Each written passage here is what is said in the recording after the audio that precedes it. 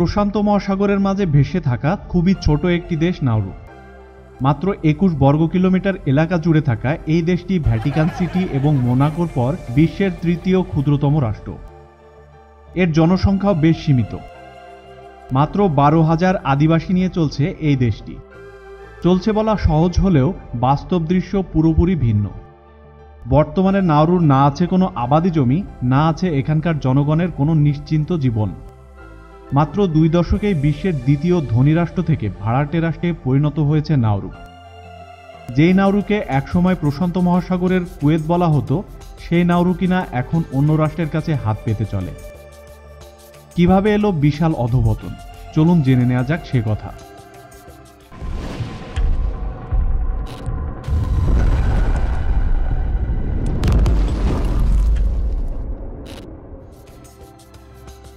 পৃথিবীর তৃতীয় ক্ষুদ্রতম রাষ্ট্র নাউরু।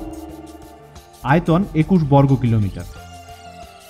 জনসংখ্যা প্রায় 12,000।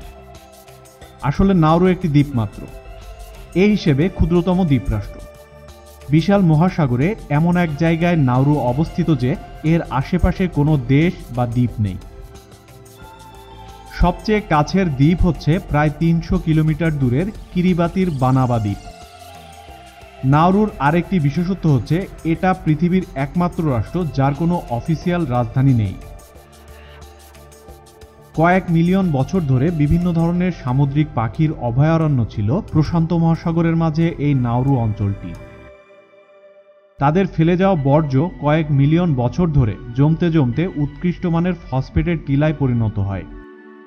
পরবর্তীকালে এই ফসফেটের টিলা নাউরুর জন্য স্বর্ণের খনি হয়ে ধরা দেয়। ফসফেট কৃষিকাজের জন্য অত্যন্ত প্রয়োজনীয় একটি উপাদান এবং নাউরুতে যে ফসফেট পাওয়া যেত সেগুলো ছিল পুরো পৃথিবীতে সর্বোৎকৃষ্ট মানের। 1906 সালে জার্মানরা প্রথম নাউরুর এই ফসফেট খনির সন্ধান পায়। প্যাসিফিক ফসফেট কোম্পানির নামে এখান থেকে তারা ফসফেট উত্তোলন শুরু করে। এ অবস্থা চলতে থাকে প্রথম বিশ্বযুদ্ধ পর্যন্ত। প্রথম বিশ্বযুদ্ধে জার্মানরা পরাজিত হলে ব্রিটিশ ফসফেট কমিশনের নামে নাউরু থেকে ফসফেট উত্তোলন চলতে থাকে। আর এর সুবিধা নেয় ব্রিটেন, অস্ট্রেলিয়া এবং নিউজিল্যান্ড। দ্বিতীয় বিশ্বযুদ্ধেও অবস্থা প্রায় একই ছিল। 1968 সালে নাউরু স্বাধীনতা পায়। 1970 সালে 21 মিলিয়ন অস্ট্রেলিয়ান ডলার দিয়ে নাউরু ফসফেট কোম্পানি কিনে নেয়। ফসফেট কোম্পানি কেনার মধ্য দিয়ে নাউরু পরিণত হয় অন্যতম ধনী দেশে।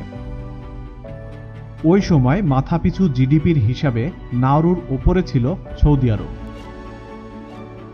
প্রতি বছর গড়ে ফসফেট বিক্রি করে আয় করত 100 থেকে 120 মিলিয়ন অস্ট্রেলিয়ান ডলার।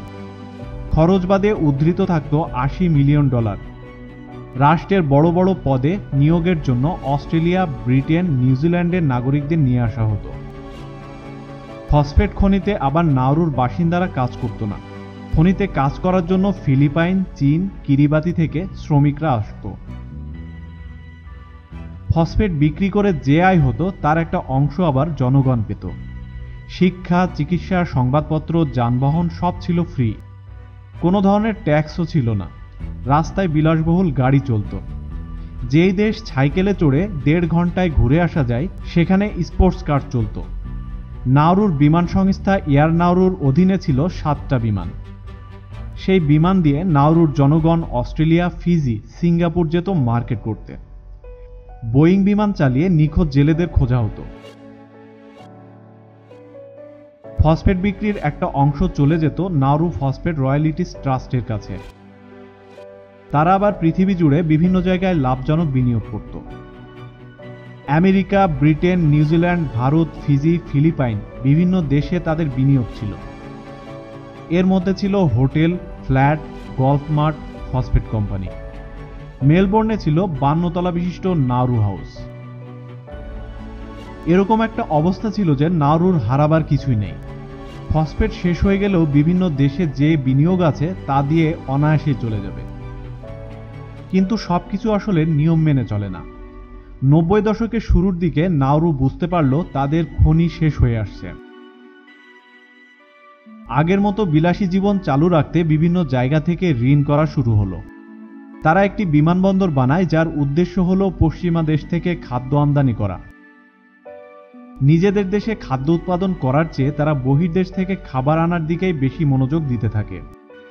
সেজন্য তারা 7টি বোয়িং বিমান কেনে, যা একসাথে নাউরুর 10% জনগণ বহন করতে সক্ষম। তাদের এই বিলাসিতা যেন শেষ হবার নয়। সবকিছু একসাথে দেখভাল করার জন্য তারা একটি নাউরু ট্রাস্ট গঠন করে। কিন্তু শস্যের মধ্যে ভূত থাকলে যা হয়, অব্যবস্থাপনা, দুর্নীতি, অবাস্তব পরিকল্পনা সবকিছু নাউরুকে নিঃস্ব করে দিতে শুরু করে। সরকারি লোকজন রাষ্ট্রের টাকায় বিদেশে বিলাসবহুল জীবনযাপন করতে শুরু করে। অস্ট্রেলিয়া, আমেরিকা, লন্ডন এবং ফিজির মতো দেশগুলোতে তৈরি করে নিজেদের বিলাসবহুল হোটেল। এর ফলে তারা প্রচুর পরিমাণ অর্থ পাচার করতে থাকে। ফসফেট উত্তোলনের আগে নাউরুবাসী নারিকেল চাষ আর মাছ ধরে খাবারের যোগান দিত। উর্বর মাটি থাকায় ভালো ফসলও হতো। যখন খনির কাজ শুরু হলো তখন তারা কৃষিকাজ ছেড়ে দিল। জমির মালিক ফসফেট বিক্রির একটা অংশ পেত বলে বলতে গেলে বিনা পরিশ্রমে তাদের কাছে টাকা আসতো। খাবার উৎপাদন বন্ধ করে দেওয়ায় বিদেশ থেকে খাবার আসতো। ঐতিহ্যবাহী সবজি আর মাছের বদলে তারা খেতে শুরু করলো টিনজাত মাংস, আলুর চিপস, বিয়ার। এসব খেয়ে নাউরুতে দেখা দিল স্থূলতা আর ডায়াবেটিস। বর্তমানে নাউরুর দিকে তাকালে দেখা যাবে সেখানে 70% জমি আছে যাতে কোনো প্রকার চাষাবাদ সম্ভব না। নিম্নমানের খাবার এবং নানা রোগে ভুগতে থাকা জনগণ। নাউরুর 97% পুরুষ এবং 93% নারী স্থূলতার শিকার। মোট জনসংখ্যার 40% নাগরিকের রয়েছে টাইপ 2 ডায়াবেটিস। কিডনি বিকল এবং হৃদরোগ সেখানে খুবই স্বাভাবিক। সেই সাথে নাউরুর 90% নাগরিকই বেকার। এখন যে আবার কৃষিকাজ করবে তারও উপায় নেই। পুরো নাউরুই আসলে ফসফেটের খনি। এর ফলে দ্বীপের প্রায় 90% জায়গা ফসফেটের জন্য খনন করা হয়েছে। যখন ফসফেট শেষ হলো তখন দেখা গেল পুরো দ্বীপ ধূসর চুনাপাথরের চূড়ায় ভরা। কোনো কোনো ক্ষেত্রে সেটা প্রায় 75 ফুট লম্বা। ওই জায়গায় কৃষিকাজ তো দূরের কথা, ভালোভাবে হাঁটাও যায় না।